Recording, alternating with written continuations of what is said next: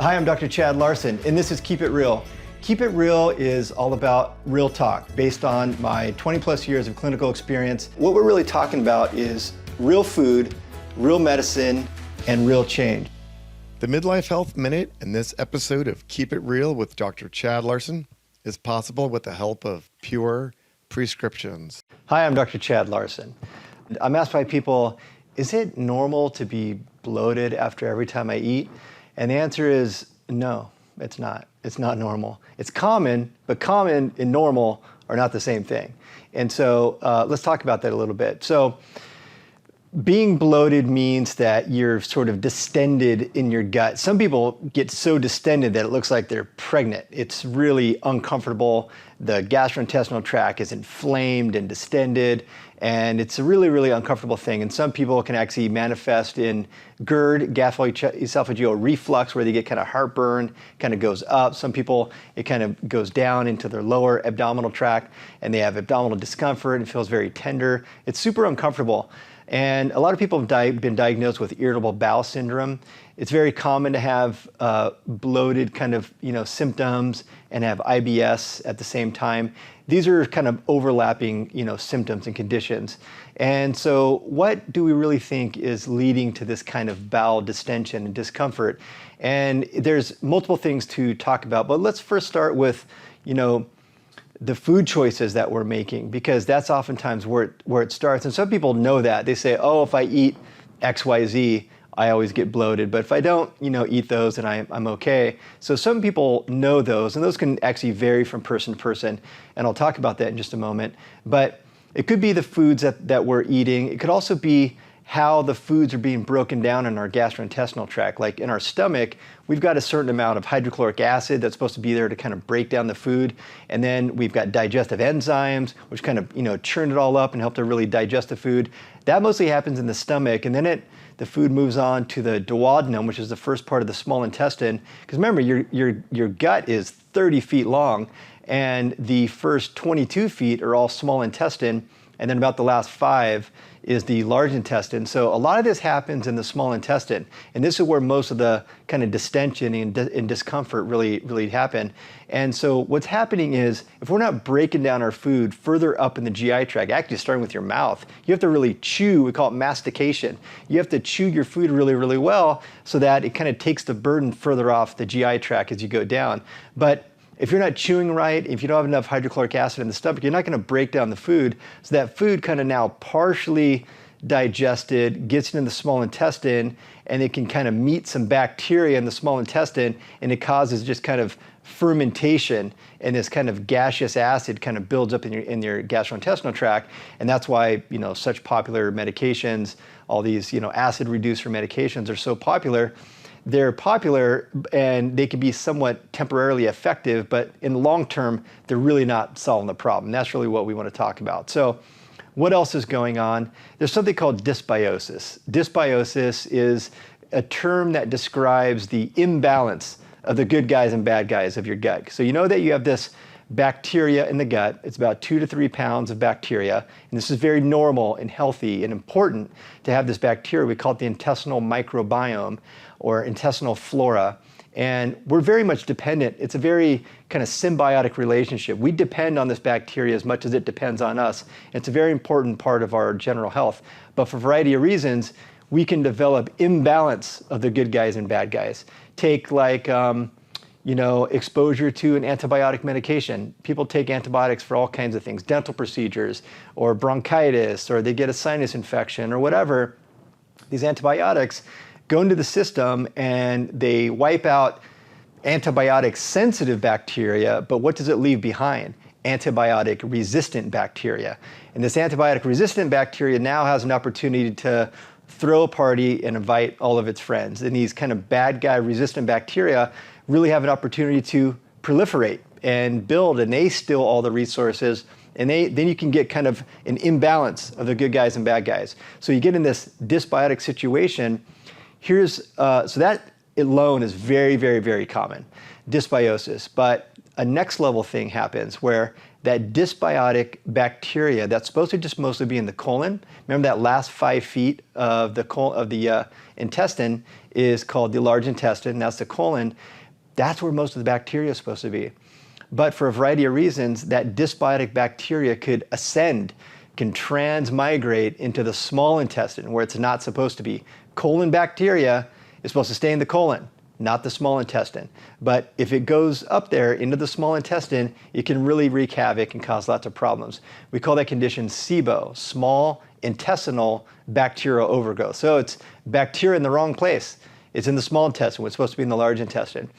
And so if this bacteria ends up in the small intestine, it could really start to use resources that are supposed to reach the large intestine. But since we're not supposed to have bacteria, this type of bacteria in the small intestine, we get that bloating and distension. It's very common, it's very uncomfortable, and this is oftentimes SIBO, the small intestinal bacterial overgrowth. So what's disrupting our intestinal microbiome to cause dysbiosis, to cause this kind of SIBO effect? It starts with, and I kind of bookmarked it earlier when I was talking about diet, and we'll come back to that. The things that really disrupt and contribute to the overproliferation of the bad guys in the gut, we talked about it already a little bit, medications. Antibiotics, they're really, really overprescribed, and there's many reasons that a person, might require some other kind of treatment, but antibiotics are just, such a common thing that's prescribed, and they're overprescribed, and they're causing all kinds of problems. So those kind of medications. What about other kind of medications for like GI tract issues, PPIs, proton pump inhibitors? These are like, Prilosec and Nexium. These proton pump inhibitors shut down stomach acid formation, and that's going to really disrupt the intestinal microbiome, lead to this kind of dysbiotic situation. Other, let's call them, components of processed food making. The fact that, if you have the kind of peanut butter that you don't have to stir up, like the oil, and the peanut butter is not separated, you open the jar and you can start putting it on your sandwich right away. That takes an emulsifier to kind of keep things all blended together. These emulsifiers are great to not have to stir your peanut butter, but they're terrible for your gastrointestinal tract. They really disrupt your intestinal microbiome, not good. How about your dairy products and your milk and stuff, You probably knew that your grandma or something probably had milk that you had to mix up because it would separate. Guess what? You don't have to separate that anymore because there's emulsifiers in there. Your ice cream, there's cream and water and stuff in there that kind of naturally would separate again. But there's emulsifiers in there, things like polysorbate 80, carrageenans. These other emulsifying agents make it convenient for us, but guess what? Convenient in the short term, but there's a real cost that you're going to pay for that in the long term, which is disruption of your intestinal microbiome, and that's going to influence the balance of the bacteria in your colon. That could ascend, go to the small intestine, and cause SIBO and really, abdominal discomfort and abdominal distension and bloating. And this can happen at every meal because the person doesn't know that they're exposed to something that's causing this kind of really, really important disruption. So multiple things to think about, but what about, there's certain foods that could kind of feed the bad guys, and these are going to be foods like, foods with extra sugar added to it, foods with added sugar, so you want to read the labels. Sugar is just like fuel for the bad guys. It helps to feed the bad guys. These processed grain type products, your breads and crackers and chips and cookies and pastries, anything made from flour, very disruptive for your intestinal microbiome. The processed oils, especially the kind of oils that are, really highly processed under, high heat with lots of chemicals like your corn oil and your soybean oil, really, really disruptive to your intestinal microbiome. And you see that stuff in processed foods all the time. If you just start looking at the label, you're going to see soybean oil and corn oil all the time. Not only that, but it's foods that are genetically modified. Those same foods that they make oils out of, corn and soybeans, if you're not getting it organic, you can guarantee that your corn chips or your, soy whatever are genetically modified. And when it's genetically modified, they use a pesticide called glyphosate. It's called Roundup is the actual trade name, but the chemical ingredient is called glyphosate. Glyphosate now, there's just a ton of scientific research, really just a treasure trove of scientific research that completely validates and confirms that glyphosate is very, very disruptive to the intestinal microbiome. So the stuff is everywhere. You have to really be, conscious of the food choices that you're making. When you have an organic product, they're not allowed to use these type of pesticides. So at least that's a good place to start. Some of these, processed foods, although it's very, very common, 65% of our diet in the US is processed. That's something that we want to be a little bit more aware of because these are all disruptors to your intestinal microbiome and it can lead to these really chronic, gastrointestinal problems. As you're getting to the bottom of what's going on with your gastrointestinal tract, for some good insurance that you're going to be breaking down your foods, taking a digestive enzyme formula. Pure Prescriptions makes one, digestive enzymes, and it's a good broad spectrum digestive enzyme formula to really ensure that you're going to be breaking down your foods so that they're assimilated and used further down in your gastrointestinal tract. So the digestive enzyme formula from Pure Prescriptions is a really good one.